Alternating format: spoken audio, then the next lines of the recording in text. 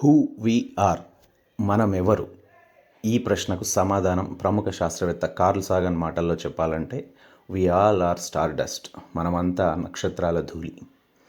మన ఎముకల్లోని కాల్షియం, మన రక్తంలోని ఐరన్, మన శరీరంలోని నైట్రోజన్ ఇవన్నీ కూడా నక్షత్రాల ధూళి ఆధారంగా మనం ఏర్పడ్డాం అని చెప్పడానికి రుజువులని చెప్తాడు కార్ల్ సాగన్.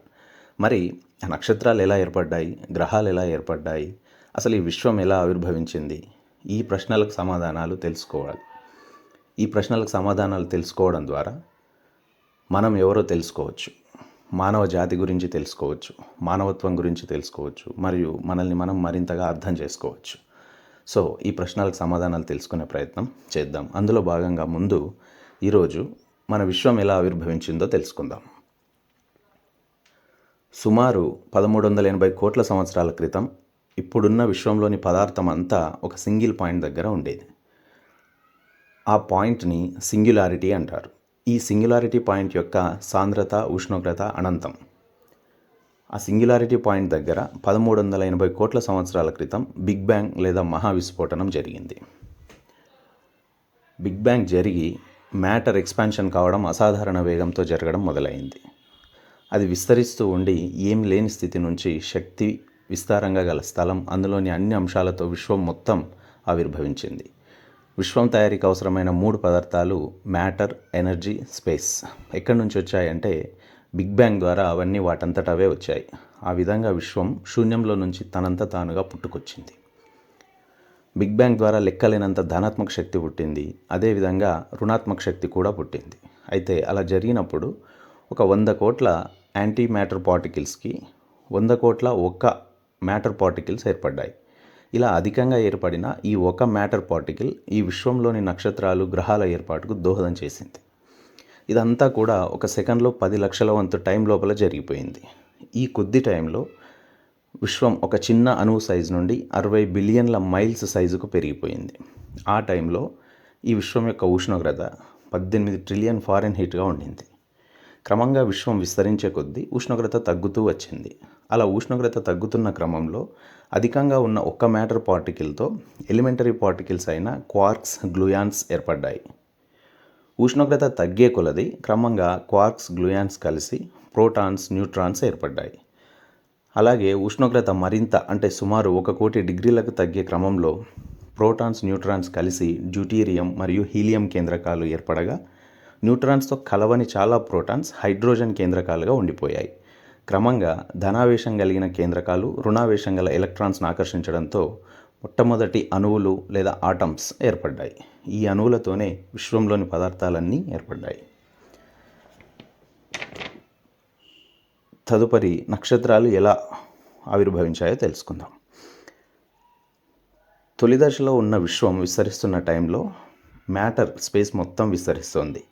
అయితే అధిక సాంద్రత కలిగిన ప్రాంతం ఇంకా ఎక్కువ పదార్థాన్ని ఆకర్షించడం వలన, అధిక గ్రావిటీ వలన విశ్వం అంతా హైడ్రోజన్, హీలియంలతో కూడిన పొగతో కూడిన మబ్బులు ఏర్పడ్డాయి. ఈ ప్రాంతాలు నెబ్యులాలుగా మారి నక్షత్రాల పుట్టుకకు స్థావరాలుగా మారాయి. విశ్వం ఈ స్టేజ్కి రావడానికి సుమారు 3,80,000 సంవత్సరాలు పట్టింది. అప్పుడు ఈ విశ్వం 100 మిలియన్ కాంతి సంవత్సరాల పొడవు, 4,900 డిగ్రీల సెంటీగ్రేడ్ ఉష్ణోగ్రతతో ఉండింది.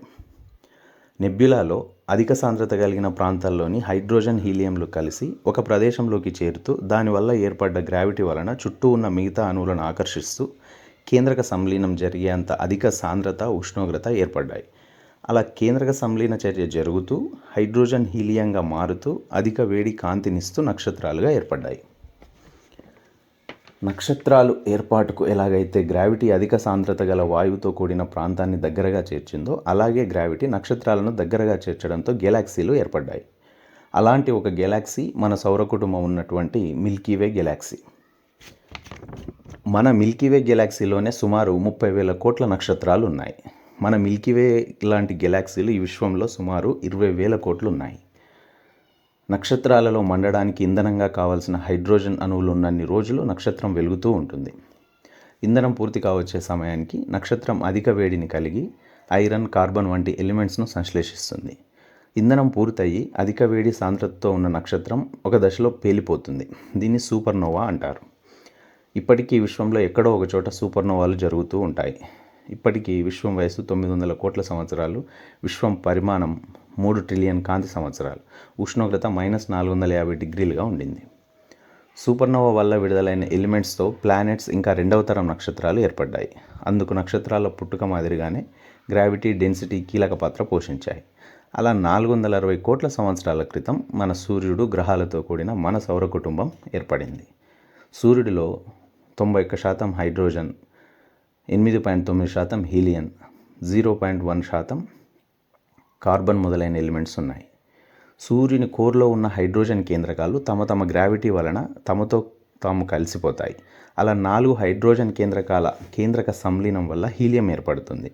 దీని నుంచి శక్తి, కాంతి విడుదలవుతుంది. సూర్యుడికి ఉన్నటువంటి గ్రావిటేషనల్ ఫోర్స్, ఈ న్యూక్లియర్ ఫ్యూజన్ ద్వారా విడుదలయ్యే శక్తి, ఈ రెండు పరస్పరం సూర్యుడు లేదా సూర్యుడు వంటి నక్షత్రాన్ని బ్యాలెన్స్ చేస్తూ ఉంటాయి.